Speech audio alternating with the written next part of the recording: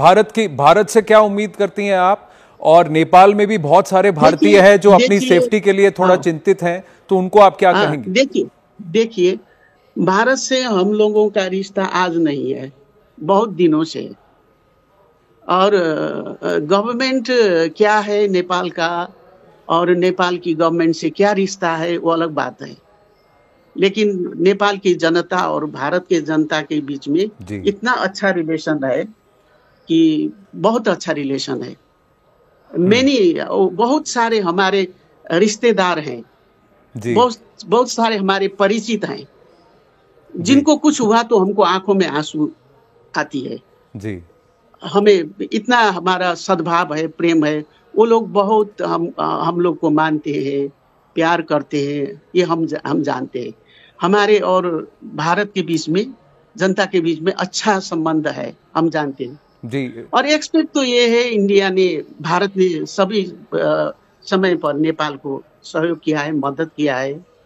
अब ये बीच बीच में हम लोग बहुत नजदीक हैं, तो एक कहावत है, जब बहुत किचन में वो बर्तन बहुत एक साथ होता है, उसके बीच में कुछ आवाज निकलता है, वही है, ये रहता है।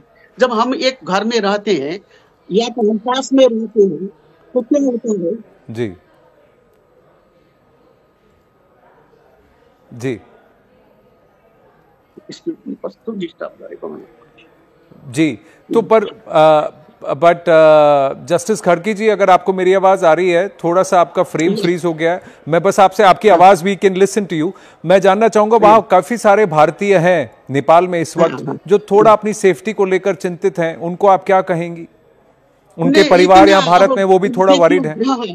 नहीं, उनको सेफ्टी तो अब तो काठमांडू में तो देखिए, मैं काठमांडू में हूँ जी। काठमांडू में तो अभी आर्मी ने जो था, कल रात में 1 बजे रात को एक जगह से कम 8-10 माइल से मैं अपने घर में आई थी, तो बीच में हमें बहुत डर लग रहा था कि लोग वहाँ जो है एकदम पत्थर वत्थर लेके बैठे थे, लेकिन आज का दिन है वो शांत हो गया है।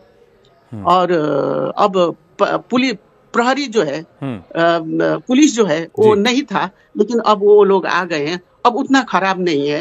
अब ये जो होता है ना, ये कुछ इधर उधर का मास में बीच में कुछ न कुछ होता है, आपस में टकराव होता है, इस तरह का संघर्ष होता है, कुछ न कुछ तो असर होता ही है, सभी को असर हुआ है। अब देखिए 20 स्टूडेंट जो है, गर्ल्स स्टूडेंट, बॉयज स्टूडेंट मारे गए, देखिए कई तो सेकेंड डे भी मैं जब हॉस्पिटल में बच्चों को देखने गई थी तो वहाँ गोली चल रहा था जी। सेकेंड डे उस दिन भी मारे गए। अब ये थोड़ा बहुत होता है, लेकिन जिसको कुछ हुआ है उनको कम से कम उसको क्षतिपूर्ति देना चाहिए उनको। अभी भी वो लोग कहेंगे तो आर्मी बहुत कॉन्शियस है, आर्मी ने बहुत अच्छा से संभाल लिया है जी। आपके साथ कुछ और भी नेता हैं, कुछ लोग हैं जो जुड़ेंगे इंटरिम व्यवस्था को संभालने के लिए?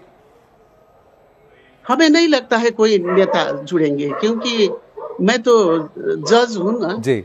मेरा पर सिविल सोसाइटी से कुछ और लोग होंगे जो आपकी मदद करेंगे? हाँ, वो होंगे तो सोशल फील्ड से होंगे, या पॉलिटिक्स से। हमें लगता है पॉलिटिक्स से कोई नहीं रहेंगे।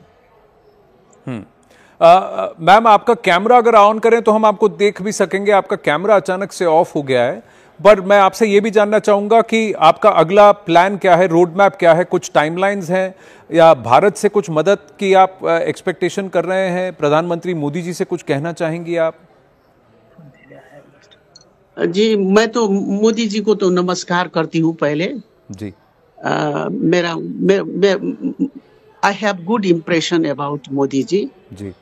दूसरी बात ये है, अभी हमारा ये नाम प्रपोज किया गया है जी। अभी हमारा कोई फिक्स नहीं है, अभी कोई फिक्स नहीं है, कल चेंज भी हो सकता है। हम नहीं कह सकते कि कल हमारा ही हो रहा है, ये हम नहीं बता सकते हैं।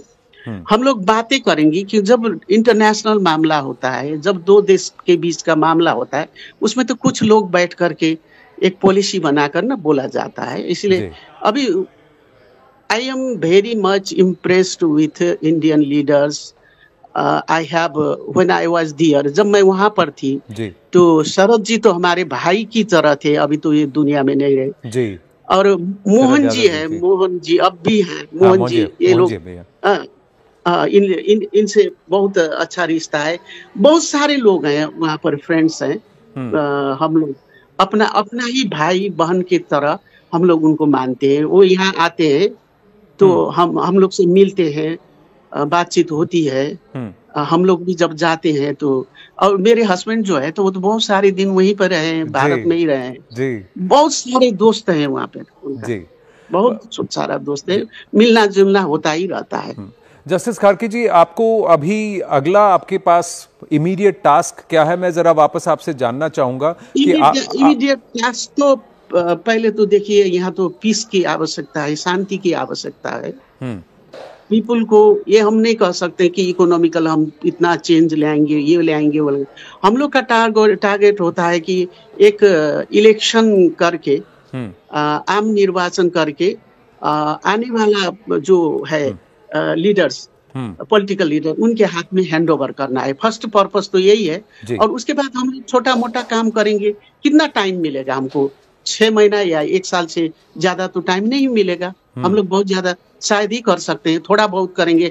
हम लोग ये ट्राई करेंगे जो अभी भवन ववन को वो किया गया है, जी ध्वस्त किया गया है, उसको कुछ मरम्मत के लिए हम कर सकते हैं। हमको हाँ लगता है कि इतनी ज्यादा हम नहीं कर सकते।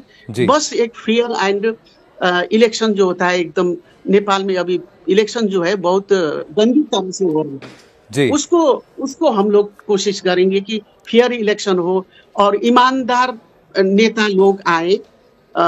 ये ना हो कि पैसा बांट करके कोई लीडरशिप में आए, यही हम लोग नहीं चाहते हैं। ये जी एक प्रयास होगा, सबसे जी इम्पोर्टेंट तो यही होगा।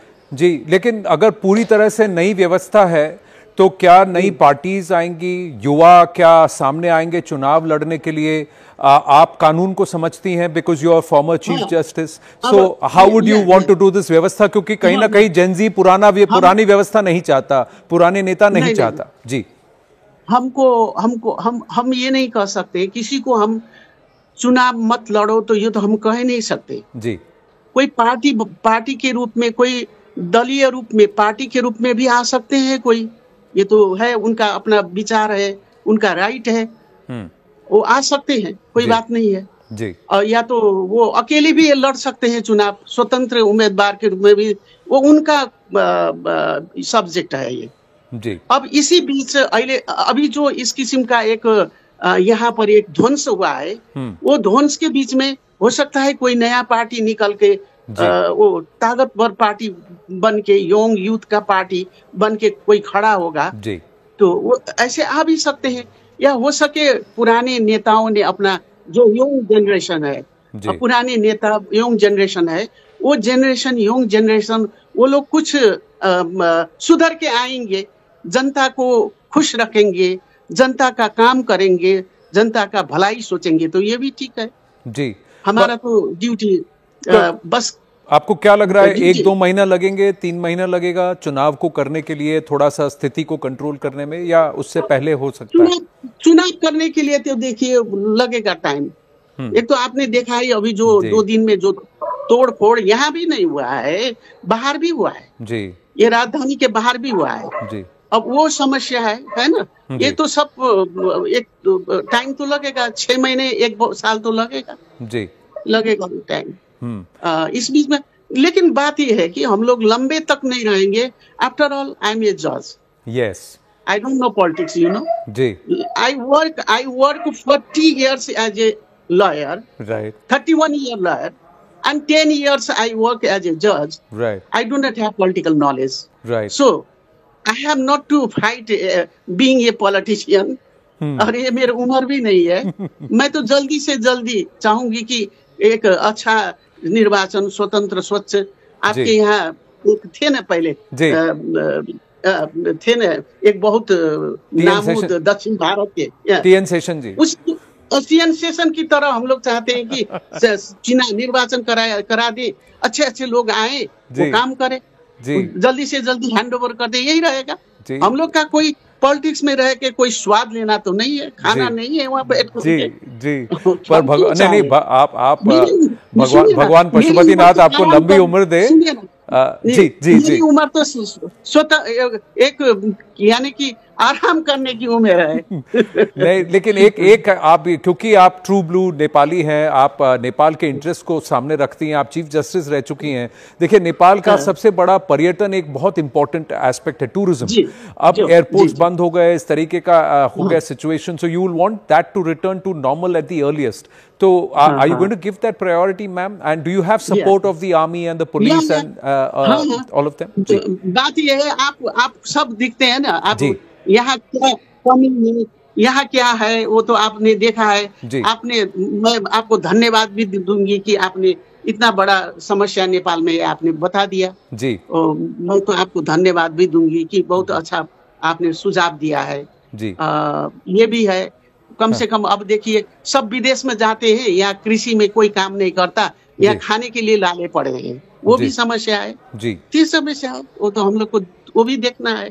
जी।